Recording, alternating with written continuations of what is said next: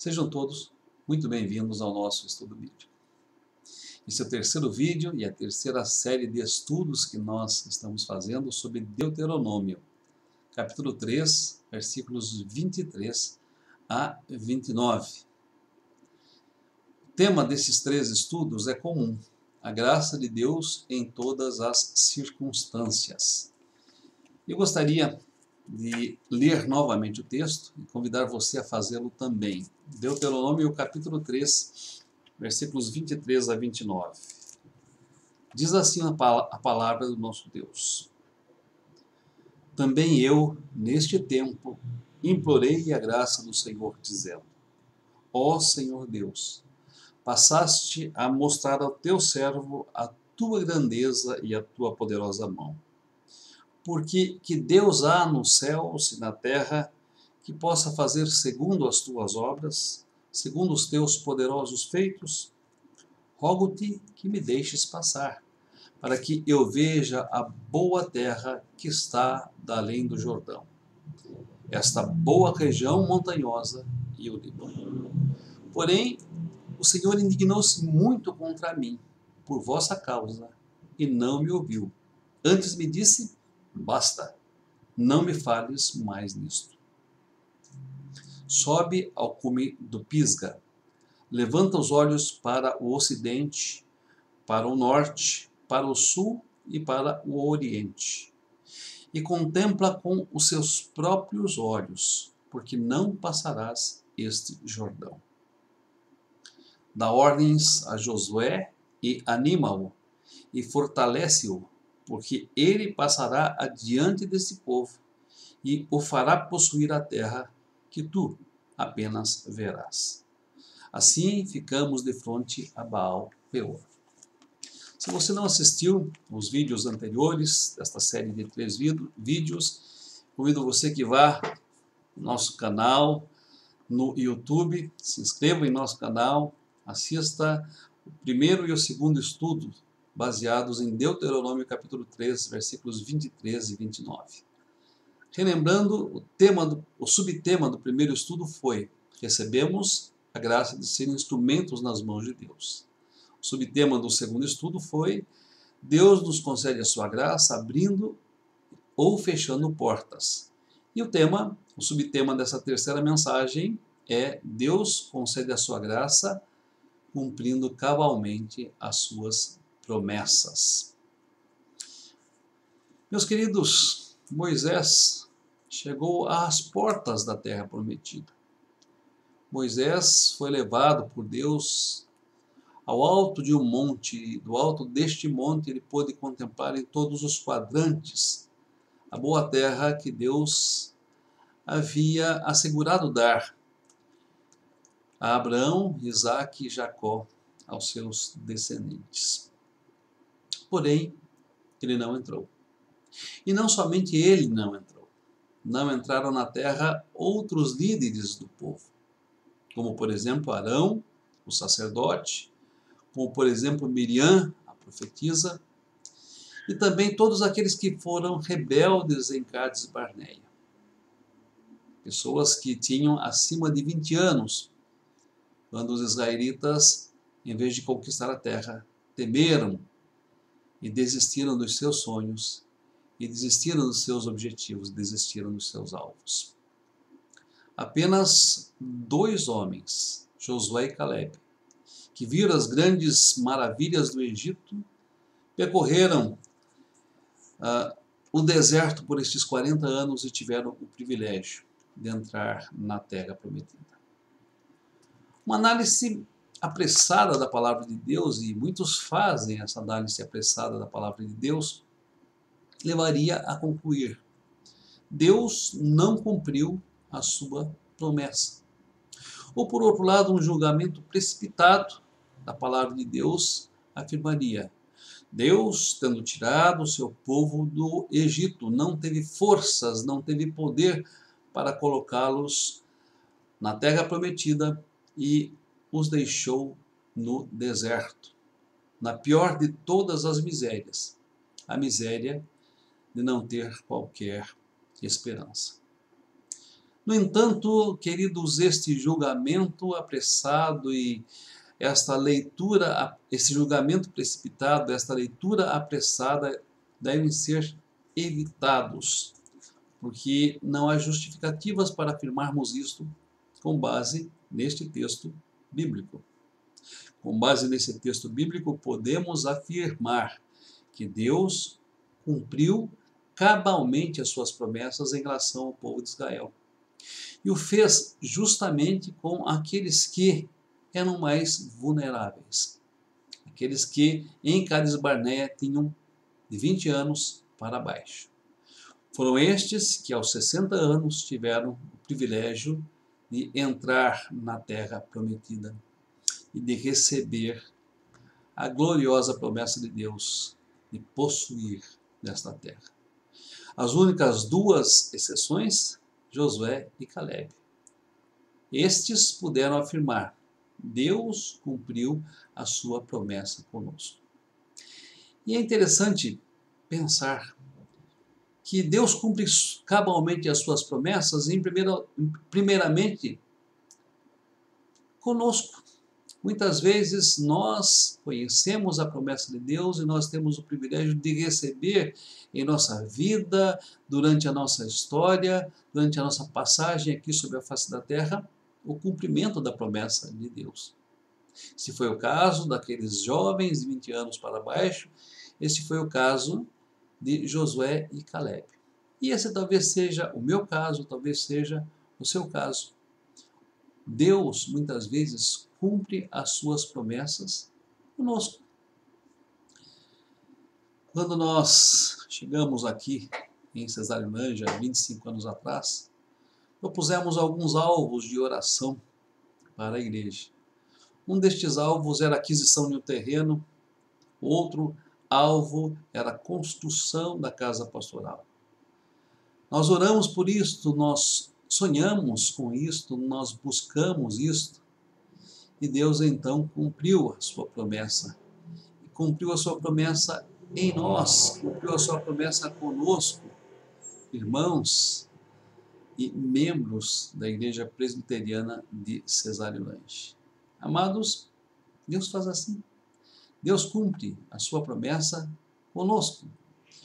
Mas é interessante perceber também que Deus às vezes cumpre a sua promessa apesar de nós.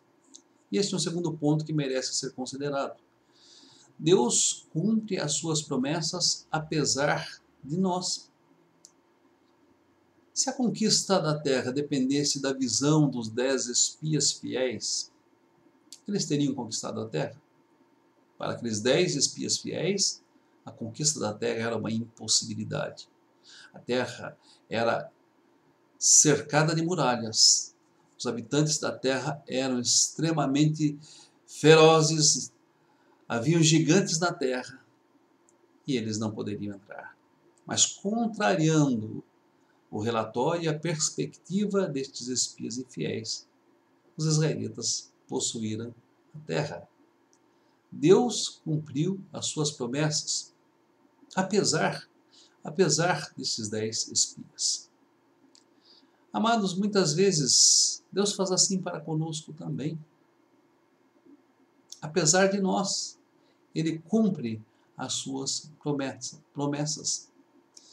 Pastoreava a igreja de Tatuí, e assim como fiz aqui, naquela época também tinha o costume de estabelecer metas para a igreja.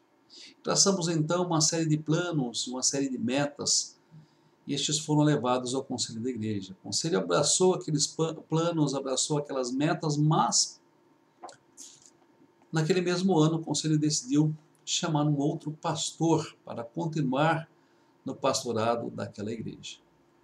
Apesar de termos juntos traçado aquelas metas, abraçado aquelas metas, eu não pude ver a concretização de nenhuma delas.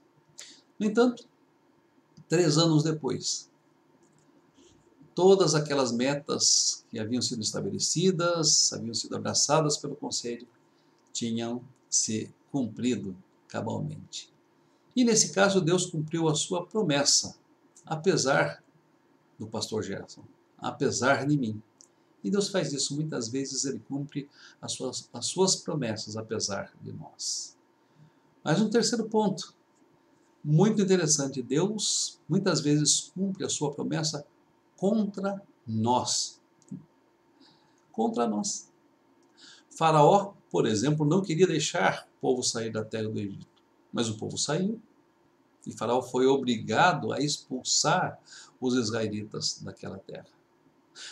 Pedro, em determinado momento, não queria que Jesus Cristo fosse entregue aos anciãos e fosse crucificado.